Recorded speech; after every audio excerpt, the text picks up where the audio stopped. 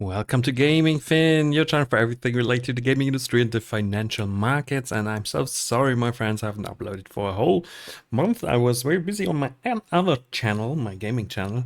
But hey, it's time to talk about one of our favorite stocks, which is Ubisoft, because Ubisoft stands today, so markets are still open, at 18 euros 30, so minus 3.33% down. And here is the chart, my friend. So I have a lot to get into it. So we're going to check out the numbers, we're going to check out some ratings, we're going to check out the latest Assassin's Creed Shadow craziness. Let's call it like this, because something also goes wrong in this company. So yeah, disclaimer, I'm invested in Ubisoft, so this is definitely not a recommendation to buy, short, sell, or whatever with the stock. So this is for information entertainment purposes only.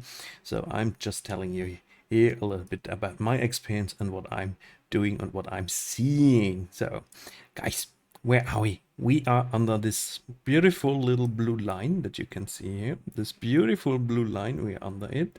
So we broke through. So it's all possible that we can snap back. Everything is possible, but you can see overall, if we compare to 2015, we are on the topper end of 2015.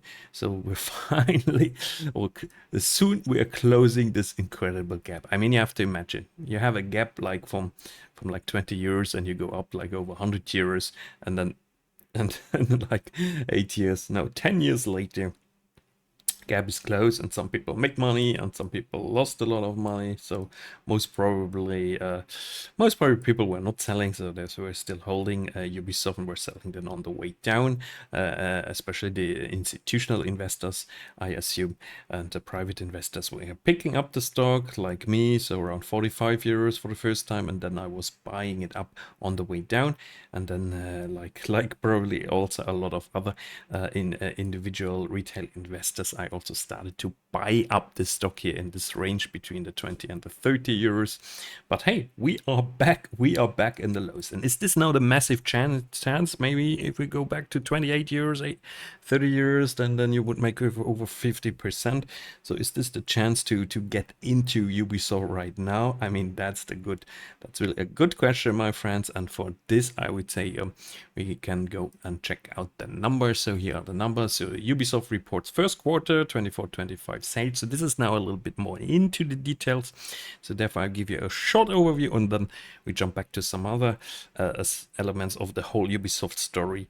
And then I go and read a little bit more in this report, so at the end. So therefore, it's going to be a longer video. So all right, so Ubisoft reports first quarter 24-25 sales. Solid start to the year with first quarter net bookings ahead of target. So robust engagement metrics driven by the gas franchises or game as service. Strong upcoming release slate with Star Wars Outlaws, Assassin's Creed Shadows.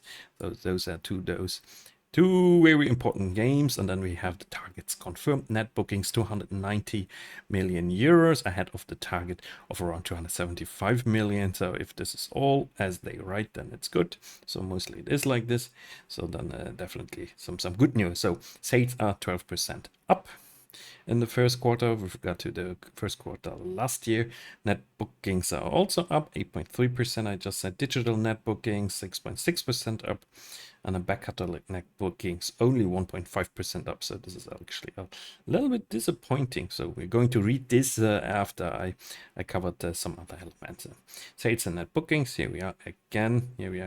Sales and net booking, everything is up.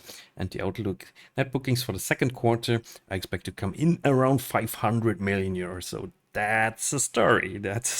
So obviously, the new Assassin's Creed and the Star Wars Outlaws, they expect something for those. And then we have the full year. So I'm also covering this shortly. So, all right, guys. So let's go back. Let's go back to Ubisoft here. And we can check out then the news. So the force is weak. Reuters Depeche. The force is weak. Ubisoft slumps on first quarter miss. Weak second quarter view. Weak second quarter. So this is an interpretation that the second quarter view is weak. So shares of Ubisoft slump 8% after French video game maker posts smaller than expected rise in quarterly net bookings and Q2 forecast below analyst estimates. So analysts were expecting more, therefore it was falling. Stock among biggest losers in the French index. Stock ice worst day in 2 months. First net bookings of 290 million euros, miss consensus of 300 million euros. So they say that the net bookings were higher, but the consensus was also higher. Then Q2 expectation of 500 million euros of net bookings, also below forecast of 630 and 650 million. So the price, when a stock goes up, then you have the analysts and they saying, we have a consensus 300 million. You're going to make, and then you're going to make the second quarter, let's say 630, 650 million, and then it turns out they say, no, hey, wait, we're just going to make 500 million. So this is the reason why the stock then falls, because then the bigger investors, they're selling. So QT guide is so low that it has to be conservative, JP Morgan says, with Deutsche Bank attributing it to relatively late launch of Star Wars Outlaws. The force is weak with this one. Brokerage benchmark says as Q2 forecast implies smaller than expected net bookings for Outlaws, while delays to mobile games put considerable pressure on Assassin's Creed Shadows performance and elevates execution risk. And therefore, guys, now we have to go. Now we have to go again back to. So now we have to go back to the whole Assassin's Creed issue. Let's go there. Here we are. So Assassin's Creed Shadows team has a message for our Japanese community. So now it comes. The Japanese community is angry. Japanese community is angry, and you see this post had 30 million views. Oh my god. So I was also commenting it, and yeah, I'm going to tell you what my opinion about this is. So let's read into it.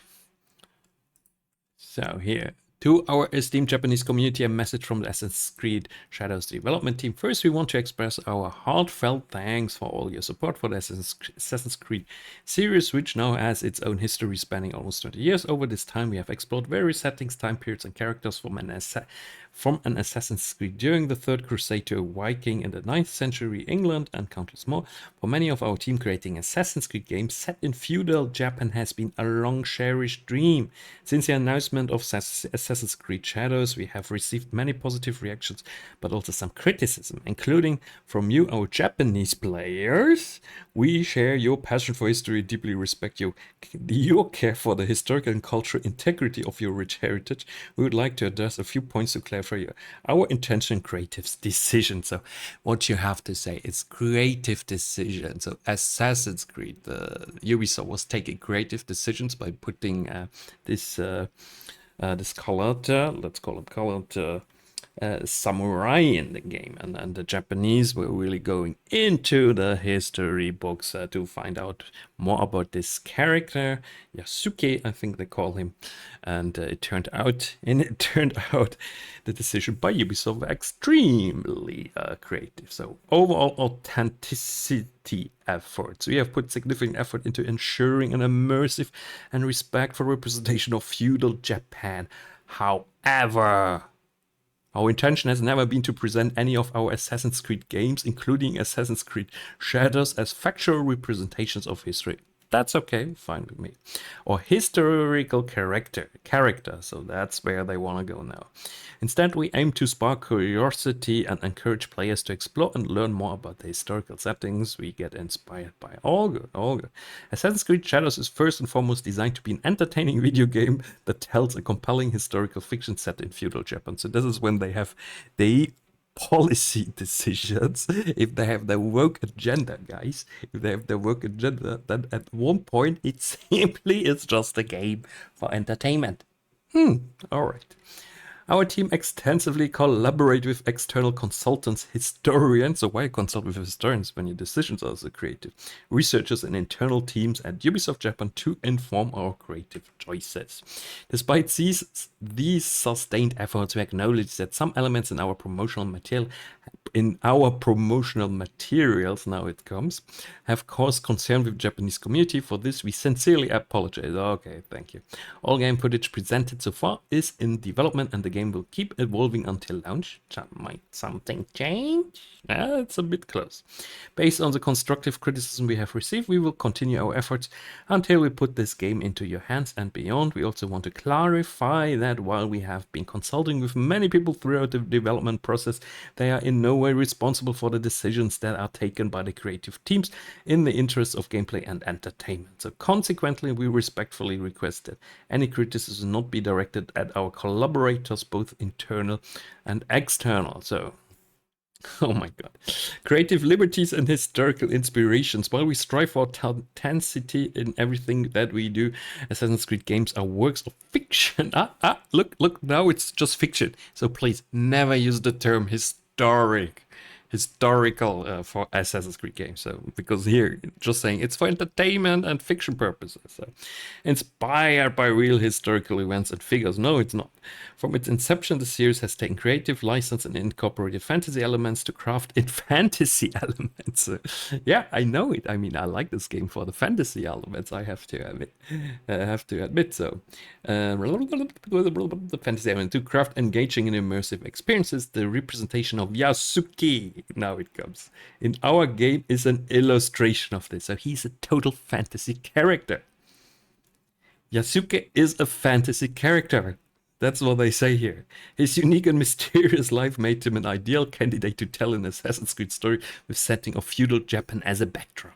While Yasuke is depicted as a samurai, that's fantasy, guys, that's fantasy. In Assassin's Creed Shadows, we acknowledge that this is a matter of debate and discussion. Yes, it is a matter of debate and discussion, and it derailed here. We have woven this carefully in our narrative and with our lead characters, the Japanese shinobi Naoe, who is equally important in the game, or our dual protagonists provide players with different gameplay style. Great. We greatly value your feedback and encourage you to continue sharing your thoughts respectfully. While we understand that meeting everyone's expectations is very difficult, we sincerely hope that when Assassin's Creed Shadows launches on November the 15th, players in Japan and around the world will appreciate the dedication, effort, and passion we have poured into it. So the Assassin's Creed Shadows development team. It's all fiction. It's not historical. It's all fiction, guys. It's all fiction, and that's what we have to keep here in our consideration. So, guys, so for me, taking a decision like this has some negligent. This creative decision, fictional decision, has a negligent element by the development team or by Ubisoft in general. Because they should have known that this creates negative debate and harms, in my opinion, the brand of Assassin's Creed, harms the brand of the company, and harms the shareholders. So they should have known this, and they have might have some time now to change this a little bit, but probably they can't change Yasuke anymore. I mean, for this time to release is too close, but in the end, I mean, no one has a problem with a fictitious character like Yasuke. It's fun, actually. It's cool. I really like it. But not as the main character. Make a DLC, put him in a DLC. Understand your player base, your core player base. Your core player base does not like a feudal Japanese Assassin's Creed to be an experiment for your cultural, societal, woke policies. The core player base does not want this. The core player base wants to have a fictitious Assassin's Creed, but with historical representation of characters in a feudal Japan. It's very simple, guys. So you should have known this, and therefore I'm really open-minded when it comes to gaming and characters and they changing everything, all the characters. It's okay. But hey, one point, as a shareholder, this makes me angry, guys. As a shareholder, this makes me angry. Where's my shares here? As a shareholder, this makes me angry because, I mean, look where the shares are. I mean, the shares are here. The shares are now here. They're at the total new low point since 2016. So that's where the shares are, and this makes us angry as shareholders and gamers alike. So as a shareholder, say, okay, if you fictitious ideas would help to sell more titles, more games, fine, do it. As a shareholder, I say. As a gamer, I say, come on. It's again a typical Ubisoft decision. So then something has to change. Something has to change in Ubisoft. They have to come back to the table of reality, to the table of core gamers that do not want gaming to be this testbed for ideologies. We don't want ideologies in gaming. I really can only say this as a gamer and as a shareholder. I don't want ideology in games. I want games to be fun, entertainment, fictitious, mysterious, fake, whatever, but I don't want ideology. So it's very simple, guys. So all right. So, okay, point close. So if you are still interested in some other news, so Ubisoft Milan's creative director is looking to embark on a new adventure. So this is Davide Soliani. So he was in charge for 10 years for with Nintendo and the Mario and Rabbids series. So he's also leaving Ubisoft. And if we go back a little bit to the numbers, so now it comes maybe the boring part of the video, but in order to be comprehensive here, I have to get to this part. So Yves Guillemot, CEO, dude, Yves, Sheriff, you have to change the policy. Put the ideology out of the game, seriously. So, all right. So he says, for the earnings call, in a selective market, we delivered a solid start to the year with net bookings above targets, he says, reaffirming that we are on the right track. The quarter notably saw the launch of X Defiant. That is off to an encouraging start as we continue to grow the audience at a steady pace and plan a quarterly roadmap of content that will allow us to firmly establish the game over time. We also held for Ubisoft Forward. That is always a key event for our teams and players, during which we showcase content that is very much aligned with our strategic focus on our two key verticals, open world adventures and gas native experiences. So the gameplay we presented for our two highly anticipated upcoming premium titles, Star Wars Outlaws and Assassin's Creed Shadows, was not only praised by players and critics alike, but also highlighted the cutting-edge capabilities of our game engines. All good. We also presented a strong pipeline of content that will continue feeding our live titles. So as we progress through fiscal year 25, all our efforts are focused on successfully launching our promising new releases and positioning them as long-lasting value drivers for Ubisoft while continuing the transformation of our organization. What does he mean with transformation? We are excited about the future and confident in the sustained progress of our turnaround throughout the year. So guys, that's what we want to hear. We want to hear everything about the turnaround. That's the important part. So overall, quarter first activity, strong session day, by strong session days growth of 15% across consoles, PC mostly driven by gas, and then the monthly active users stood at 3080 million, up 7%. Good. So X Defiant launched its season 0 in May and is off to an encouraging start. The game that top viewership charts acquired more than 10 million players within its first 2 weeks. With players praising the thrilling, fast-paced gameplay and the map. Your game is okay. 2 additional game modes have been added since launch. So, then, I mean, this is gas. So, games as a service, so they will continue bringing seasons, etc., new games, and etc. So, then Rainbow Six Siege kicked off the year with a strong performance driven by very strong year-on-year growth and activity in terms of session days, plus 34%, and session days per player 18%. So growth in monetization. That's what we want to hear as gamers, as investors, as gamers. We say, no, we don't want to hear this. As investors, we want to hear this. This quarter saw year 9 season 1 become the highest grossing season in Siege history, as well as full release of the marketplace that continued to see a sustained level of transaction. Very good. The Assassin's Creed and the group bands reported growth driven by last year's launch's contributions. Assassin's Creed overperformed, benefiting from Assassin's Creed Shadows reveal that drove sales throughout the catalog. The crew motorverse maintained strong momentum with solid engagement throughout the quarter, and both retention and monetization continued to outperform the crew too since launch. Skull and Bones Season 2 Chorus of Havoc was released in May, bringing improvements to the end game formula, engagement, and RPU continue to perform well, driven by the new Battle Pass and exclusive Hellfest brand bundle. So, Ubisoft Forward conference held in Los Angeles in June, showcased content aligned with Ubisoft's strategic focus on open world adventure and gas native experience. Gameplay was showcased for Shadows and Outlaws, two of the industry's most anticipated games this year in the open world adventure vertical.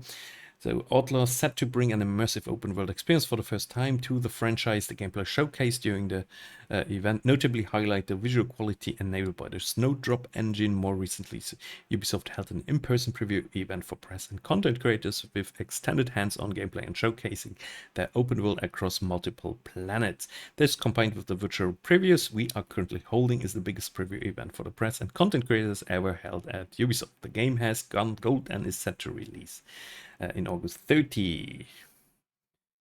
Shall we really read what they're going to write here about Assassin's Creed? Come on. Next flagship title set to release in November. It comes with dual protagonists, a step-changing innovation for the brand, offering two completely different playstyles and perspective to the story, providing a deeper immersion and enhanced gameplay variety. The content showcase also highlight the dynamic world set in feudal Japan, including the shifting seasons and weather system enabled by the old new generation of the Anvil engine technology. At Ubisoft progress on expanding, they didn't say anything about the historical element. So, as Ubisoft progress on expanding its presence in gas and native experiences, a strong pipeline of content for current live titles was also presented. So year 2 roadmap for Crew Motorfest was announced. So actually a game I want to buy soon. So I saw already good price now and met with positive community reception. Ubisoft also teased the season 3 of Skull and Bones and revealed the next opus in the Anno franchise, Anno 117 Pax Romana. So I'm actually really looking forward to this Anno because I play Anno 1800 right now. Designed to be the biggest, most detailed Roman simulation to date and set to launch then calendar year 25. So this game is important, but please guys, don't make it a work fest. Don't make it a work fest. Come on. Ubisoft shareholders approved all resolutions of the agenda, especially renewal of the CEO Guillemot. So, and the whole family. So, independent members account for 55% of the board's composition. Female representation stands at 55%. Is this the problem? I don't know. So, full year 24 and 25 outlook. The line up for the rest of the fiscal year. So Shadows Outlaws, Rainbow Six Mobile and The Division Resurgence are no longer expected in 25 as the teams are taking the necessary time to ensure that these experiences deliver on expectation with optimized KPIs in the context of a demanding yet very large market. That's it, my friends. That's it. And confirmation of the financial targets that I talked already about. Ooh, let's go back here. Let's go back. That's the chart. So now you're asking me after this very long video. So Mr. Orange, what are you doing right now? So on the way down here, I bought a little bit more. I have to admit, I'm still down on Ubisoft, and I mean, I like the games. I really like playing the games. I think they're good games. And from a job perspective, it's very interesting here. So we can if we're not breaking massively through actually here now, so where we could go to the 15 euros, what I still see as a possibility, then yeah, there could be a little snapback to the upside, could be in the air. But if more negativity happens, especially if Assassin's Creed Shadows is not selling good, Outlaws is not selling good, hey guys, it can go lower. So now we say, yeah, it can go lower, it can go higher, but that's how it is. So I mean, you have to make your own decisions. So it's, for me personally, interesting to have some orders here in the market and starting to buy maybe a little bit more, but I start to have a big and way too big position in Ubisoft. That's also something what annoys me. This is with those companies, when you average down too often for stocks that are falling. That's also a risky aspect in investing, so you have to take always good care of the anchor effect. But the numbers are not spectacular good. They're not bad. some of the decisions they took, creative decisions, are not really to my likings, but maybe some people really like it. I have sometimes actually not really an idea if is it just me, or is it, do other people actually like those woke decisions? Is this what people like nowadays? Hey, write it in the commentary section. I really don't know. I mean, that's part of the division we have in our society, the cultural division that we have nowadays, probably. So write me in the commentary section what you're doing, and I really thank you for watching this video, and I promise I'm going to upload some more videos. I thought about I need a deep dive into Bigben Interactive, another French company, because their stock has been really hammered so hardly, and if you look at the number, it's like, hey, is this a GameStop? Is this a GameStop? But not saying it is, but is there some real value actually in this company, or what is going on? So I really have to start understanding what's going on there. So because, hey, therefore need more time for more quality videos, so that's my goal now here. And also going to give you an update on my overall portfolio. But my friends, you know the market in the last 2-3 days from today. So today is the 25th of July. Was dropping massively. Before it was looking very good. So at one point I already saw my portfolio going into the plus. But now it's back in the negative. So thank you very much, guys. See you next time. Bye bye.